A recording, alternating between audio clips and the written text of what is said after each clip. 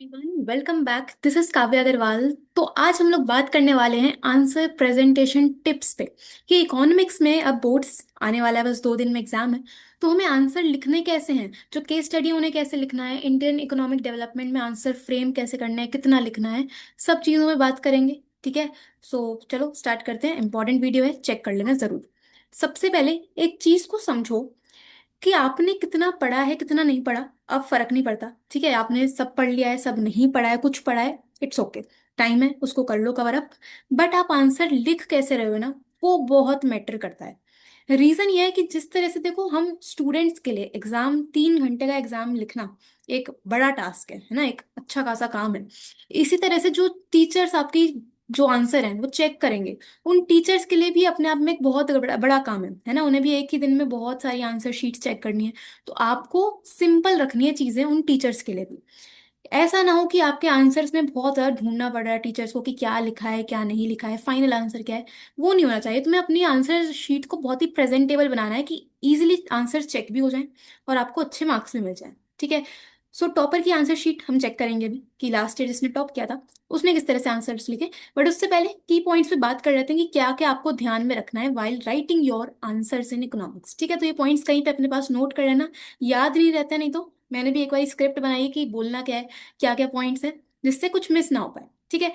सबसे पहले हम बात करेंगे कि जी आपके पास जो शीट है आंसर शीट, उसमें आपको इकोनॉमिक्स में सबसे पहले, तो इकोनॉमिक्स में आपको सबसे पहले जो आंसर्स हैं, हम बात करेंगे सबसे पहले एमसीक्यूज की। ठीक है। एमसीक्यूज की बात कर लें क्योंकि सबसे फर्स्ट तो आपके पास एमसीक्यू ही होंगे। और एमसीक्यू से पहले आपके पास आएगा रीडिंग टाइम। भाई जो रीडिंग टाइम है 15 मिनट का, उसको अच्छे से यूटिलाइज करते हुए उस रीडिंग टाइम में आप ये चेक कर लेना कि हमें चॉइस वाले क्वेश्चंस में से कौन से क्वेश्चन अटेम्प्ट करने हैं। चॉइस हमारे एमसीक्यूज में भी आती है और बड़े क्वेश्चंस में भी आती है। दोनों ही सेक्शन में से चेक कर लो कि आपको चॉइस में से कौन से क्वेश्चंस अटेम्प्ट करने हैं। ठीक है। दूसरा काम करना उसी 15 मिनट में कि कुछ एमसीक्यूज के आंसर निकाल लेना। 5 7 10 एमसीक्यूज, जितने भी आंसर्स आपसे निकल जाएं, वो आप आंसर्स उस 15 मिनट के टाइम में चेक कर लें। ठीक है।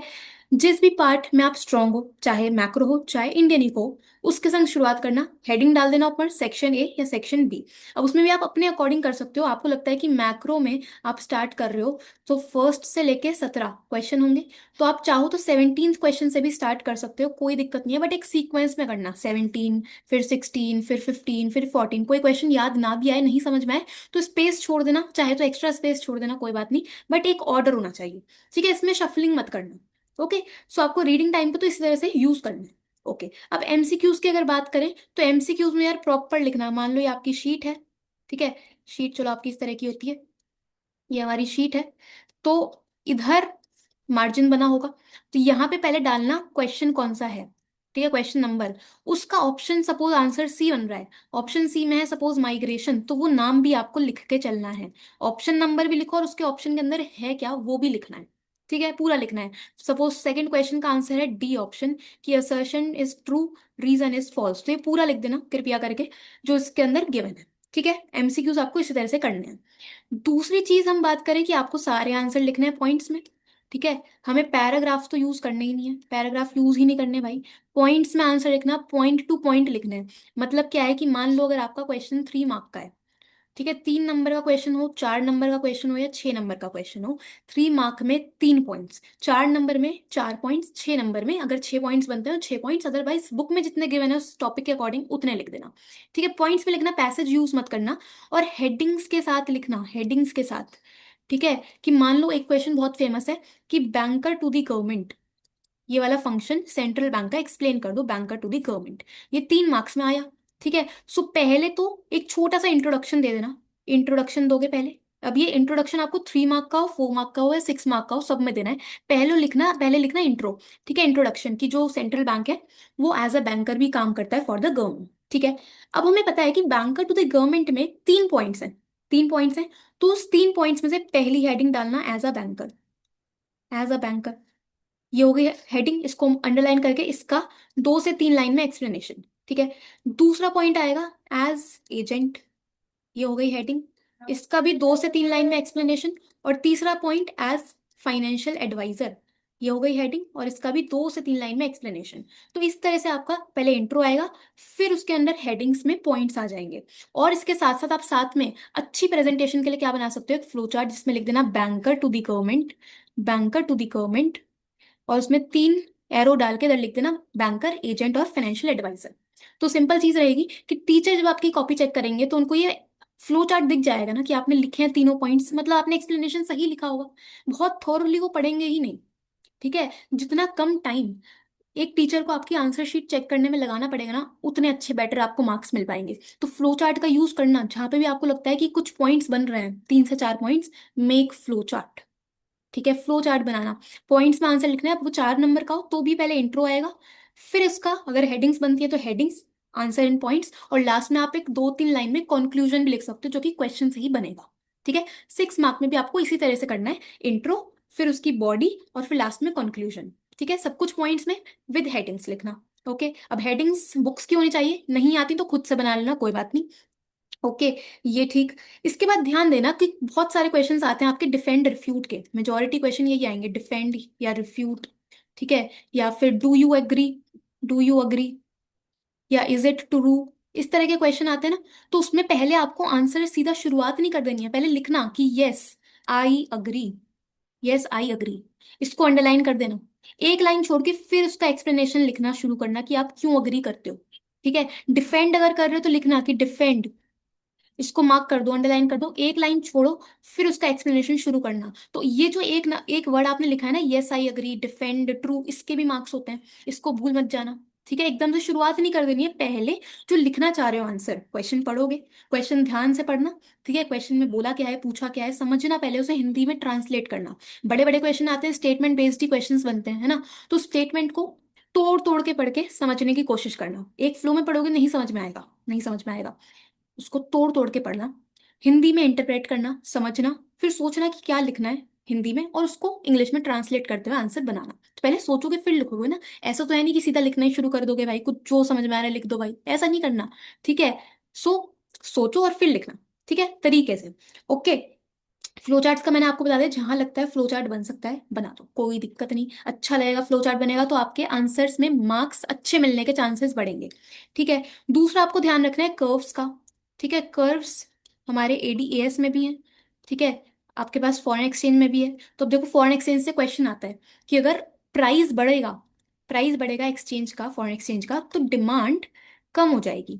इस तरह का कोई क्वेश्चन है जिसे आपको 3 मार्क में एक्सप्लेन करना है कि प्राइस और डिमांड में देगा इनवर्स रिलेशन। ठीक है, प्राइस अगर इंक्रीज होगा तो डिमांड कम होगी, तो इसका एक्सप्लेनेशन तो आप लिख ही दोगे, लिख दोगे। बट अच्छा करने के लिए आप क्या करना, साइड में एक डायग्राम बना देना, हमें पता है डाउनवर्ड स्लोपिंग बनेगा, डाउनवर्ड स्लोपिंग डिमांड कर, लेबलिंग कर देना हल्की फुल्की जो भी है। तो ये फ्लो चार्ट आपसे पूछा नहीं है क्वेश्चन में, सॉरी डायग्राम आपसे बोला नहीं है क्वेश्चन में, बट आप बनाओगे तो अच्छा लगेगा ना, पता चल जाएगा टीचर को कि हाँ इसको पता है कि डाउनवर्ड स्लोपिंग बनता है, एक्सप्लेनेशन तो सही लिखा होगा इसने।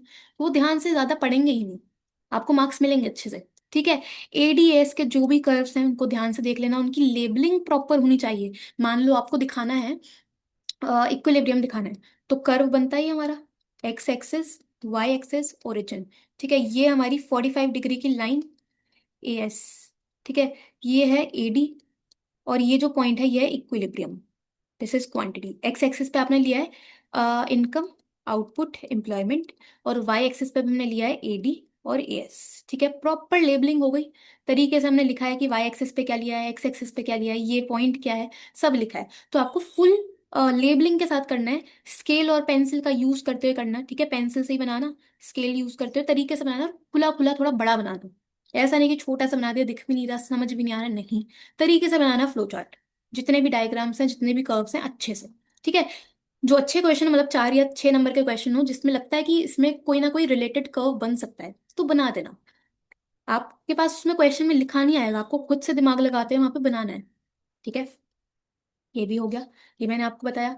ठीक है, इसके बाद देखो मैंने आपको एमसीक्यू बता दिया, फ्लो चार्ट हो गया, कर्व्स हो गए, आपको ध्यान रखना है कीवर्ड्स, जितने भी कीवर्ड्स हैं, कीवर्ड्स यानी आपने पूरे साल पढ़ा है जितना भी, उन कीवर्ड्स को कर देना अंडरलाइन। ठीक है, किसी पेन से कर देना, किसी मतलब या तो ब्लू पेन से कर दो या फिर पेंसिल से कर देना। अब इसका मतलब ये नहीं कि पूरे आंसर को आप अंडरलाइन करके चल रहे हो, नहीं, जो इंपॉर्टेंट वर्ड्स हो, जो इंपॉर्टेंट वर्ड्स हो उनको अंडरलाइन करना। ठीक है, उनको अंडरलाइन कर देना, जिससे वो उस पर नजर सीधी जाएगी ना, पता लग जाएगा कि यस इस बच्चे को आता है, मार्क्स दो। ठीक है, बाकी अभी आंसर शीट में आपको दिखाती हूँ, उसमें भी आपको दिखेगा कि यस कीवर्ड्स को मार्क करना है। बात रही न्यूमेरिकल्स की, तो न्यूमेरिकल्स में स्टेप वाइज चलना, स्टेप वाइज। ठीक है, जो फॉर्मूला है पूरा लिखना, पूरा विद फुल फॉर्म, कोई शॉर्ट फॉर्म नहीं चलेगी, फुल फॉर्म लिखना। ठीक है, एनआईटी को एनआईटी नहीं पूरा लिखना, net indirect tax, net indirect tax. NFI को भी पूरा लिखना, डेप्रिसिएशन को डेप नहीं लिखना, पूरा लिखना है, पूरा। ठीक है, स्टेप वाइज करना, फुल फॉर्म लिखना, फॉर्मूले लिखना, और लास्ट में जो आंसर है उसको बड़ा बड़ा लिख देना। सपोज आंसर आया है ₹1400। ठीक है, 1400 तो रुपीस और यूनिट्स करोड़, और इसको कर देना डिब्बे में, जिससे फाइनल आंसर दिख जाए। क्योंकि सबसे पहले न्यूमेरिकल में ना मुझे लगता है कि जो नजर है वो सबसे पहले फाइनल आंसर पे जाती है कि आपका फाइनल आंसर निकला क्या है, फिर उसके बाद स्टेप्स चेक होते होंगे। ठीक है, सो फाइनल आंसर को बॉक्स में कर देना, जिससे साफ साफ दिख जाए कि आपका आंसर एक्चुअल में आया क्या है। और खुला खुला लिखना, राइटिंग अगर खराब भी है तो स्पेस दे के लिखो कि क्लियरली दिख जाए। ठीक है, ध्यान रखना कि मान लो ये आपकी शीट है, ये शीट है। ठीक है, अब इस शीट में आपने इतना लिख दिया, अभी इतना पेज खाली है, तो चलो यहाँ से स्टार्ट कर लेना। मान लो आपका पेज इतना 80 to 90% भर चुका है, अब बस लास्ट में इतना ही स्पेस बचा है, तो इस पेज को छोड़ो, आगे बढ़ो, और नेक्स्ट पेज से न्यू आंसर शुरू करना। सो जो हर एक आंसर है वो आपको न्यू पेज से स्टार्ट करना है, न्यू पेज से।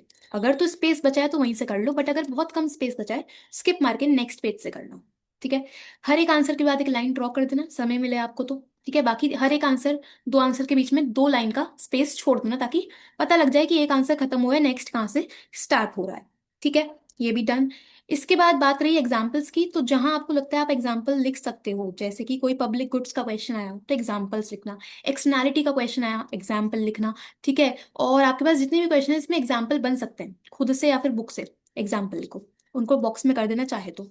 हर कोई नहीं लिखता क्योंकि एग्जाम्पल, ठीक है ना, हर कोई नहीं लिखता, जितना पूछा है उतना लिख के आ जाओगे, बट नहीं, आपको थोड़ा सा एक्स्ट्रा लिख दोगे तो कोई दिक्कत नहीं है। तो वो कम लिखोगे ना, कम लिखोगे तो हो सकता है कि मार्क्स कटे, कि टीचर ने आपसे एक्सपेक्ट क्या किया और आपने लिखा कम, तो हो सकता है आपको पूरे मार्क्स ना मिले।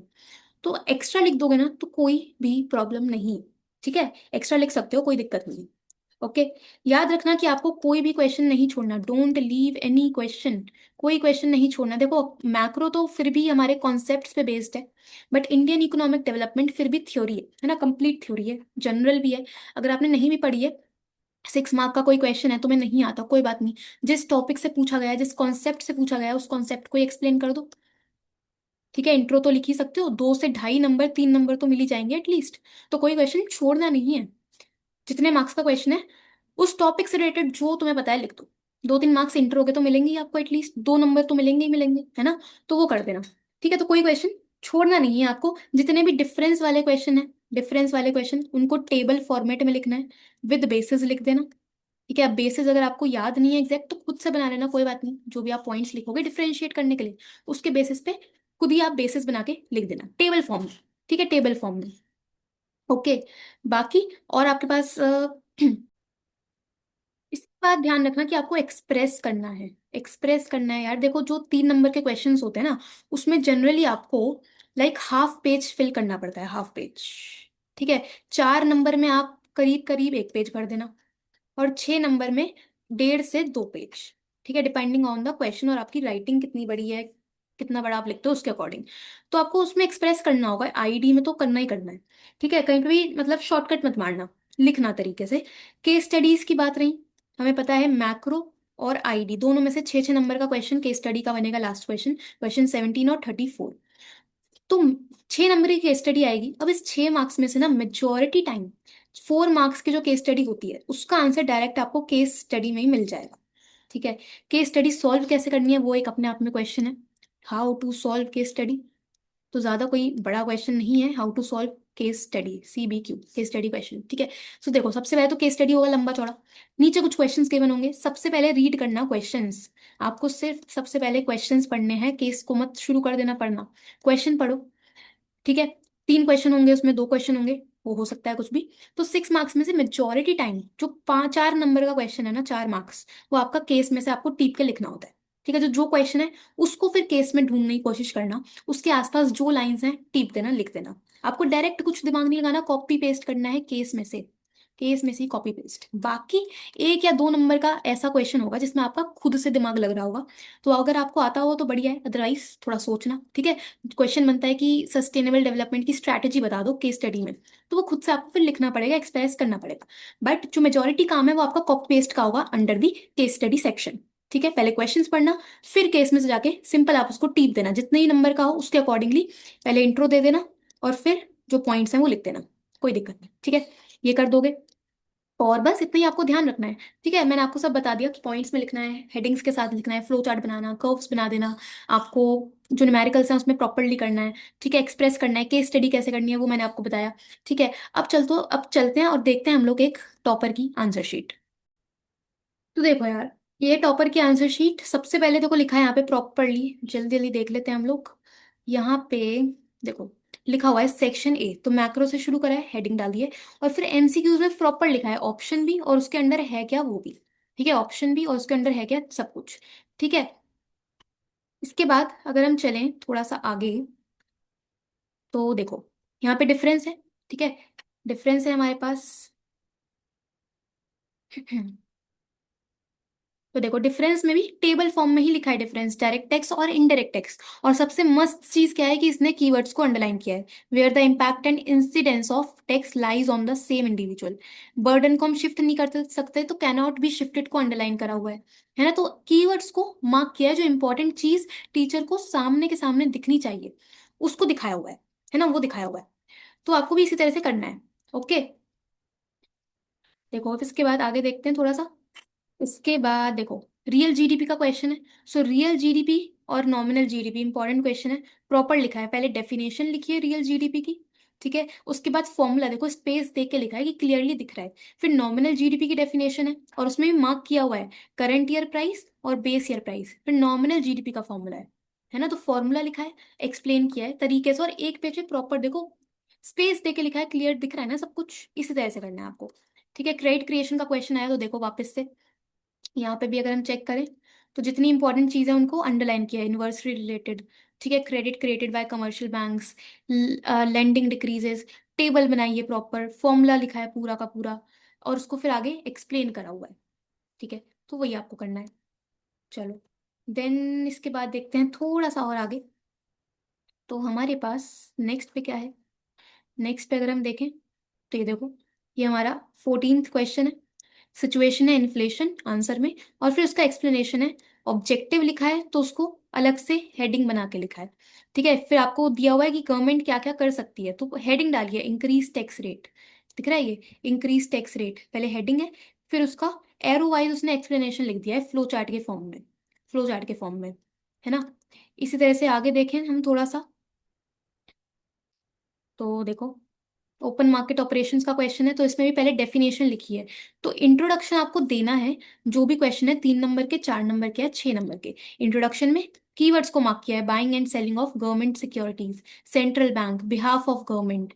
ठीक है, एनडीपीएफसी निकालना था क्वेश्चन में, तो पूरा फॉर्मूला लिखा है। जीडीपी एट एमपी का फॉर्मूला होता है private final consumption expenditure, short में नीचे लिखा हुआ है पीएफसी, बट पहले उसने पूरा का पूरा फॉर्मूला फुल फॉर्म में लिखा है, उसके बाद शॉर्ट फॉर्म यूज कर लें तो कोई दिक्कत नहीं, बट पहले आपको जो ओरिजिनली आप लिख रहे हो उसमें आपको पूरी फुल फॉर्म यूज करके लिखना है। ठीक है, तो न्यूमेरिकल्स में फुल फॉर्म लिखनी है आपको, यूनिट्स लगानी है, ठीक है, वो मत भूलना। ओके, देख लो इसमें भी यूनिट्स लगाइए। अगेन डिफरेंस है टेबल फॉर्म में, ठीक है, डिफरेंस टेबल फॉर्म में है। ओके, और देखो अब कटिंग देखो, कटिंग भी इसकी सही लग रही है, ज़्यादा कुछ खराब नहीं लग रही। अगर किसी क्वेश्चन में अटक भी जाओ तो ऐसे उस पर डिज़ाइन मत बनाने बैठ जाना कि पूरा ही काट दो कि दिखे ही ना, एक लाइन डाल दोगे तो भी चलेगा। ठीक है, करंट अकाउंट पहले हेडिंग है, फिर उसका एक्सप्लेनेशन है, और अंडरलाइन किया हुआ है, देख लो कितनी सारी चीज़ें। कैपिटल अकाउंट, उसका पॉइंट्स में एक्सप्लेनेशन अंडरलाइन किया हुआ है ना। तो यही आपको तरीका यूज़ करना है। ओके, अच्छा जी, और देखें हम थोड़ा सा आगे क्या है। फिर देखो आईडी की बात करें तो अगेन वो पहले ऊपर हेडिंग है सेक्शन बी, फिर ऑप्शंस के संग नेम्स भी गिवन है। ठीक है, देन आपको दिया है एक्सप्लेनेशन। तो देख लो, फॉरेन ट्रेड का क्वेश्चन है, ब्रिटेन रूल के टाइम पे, ब्रिटिश रूल के टाइम पे, तो प्रॉपर लिखा है पॉइंट्स में। ठीक है, पैसेज यूज नहीं करने, आपको अवॉइड ही करने हैं। ठीक है जी, ये हमारा देखो डेटा बेस्ड क्वेश्चन है, तो डेटा बेस्ड क्वेश्चन में इसने पैराग्राफ फॉर्म में लिखा है, कर सकते हो आप इतना। अदरवाइज पॉइंट्स में लिखो तो कोई दिक्कत नहीं है, पॉइंट्स में लिख देना। ठीक है, पैसेज में से जो आपको डेटा बेस्ड क्वेश्चन आएगा वो। ओके, चलो ये भी डन। तो द थिंग इज कि आपको जो चीजें बताई गई हैं वो फॉलो करना। जैसे ये देखो प्राइवेटाइजेशन का क्वेश्चन आया, तो प्राइवेटाइजेशन में उसने फ्लो चार्ट बनाया है, डिसइन्वेस्टमेंट और sale of PSUs. Flow chart बनाया और उसके नीचे पॉइंट्स लिख दिए एक्सप्लेनेशन। ठीक है, तो फ्लो चार्ट जहां बना सकते हो बना लो, कोई कमी नहीं है। अब इसका मतलब ये नहीं है कि हर क्वेश्चन में बनाओगे, बट जहां जहां आपको लगता है रेलिवेंट है आप बना सकते हो। ठीक है, अब देखो ये क्वेश्चन था जिसमें आई अग्री एक लाइन में लिखा है और फिर उसके नीचे से एक्सप्लेनेशन शुरू करा है। ठीक है, तो यस आई अग्री आपका क्लियरली दिखना चाहिए। ओके, ठीक है, तो इसी तरह से आपको काम करना है। ठीक है जी, ओके, इसी तरह से आपको काम करना है। ठीक है, तो यही एक प्रेजेंटेशन का तरीका है जिसको फॉलो करते हुए काम करना। इन पॉइंट्स को कहीं लिख लेना जिससे आपको याद रहे। ठीक है, और एग्जाम फिर आपका अच्छा ही होगा। प्रेजेंटेशन अच्छी रहेगी ना तो आपको एक्स्ट्रा 8 से 10 नंबर मिलेंगे। ठीक है, इजी हो जाएगी चेकिंग, तो इजीली आपको मार्क्स ज्यादा मिल पाएंगे। ठीक है, टीचर परेशान भी नहीं होंगे, तुमको खुशी खुशी मार्क्स देंगे। ओके, सो ऐसे ही करना। And all the very best, मिलते हैं नेक्स्ट कुछ और वीडियोस में। Thank you so much.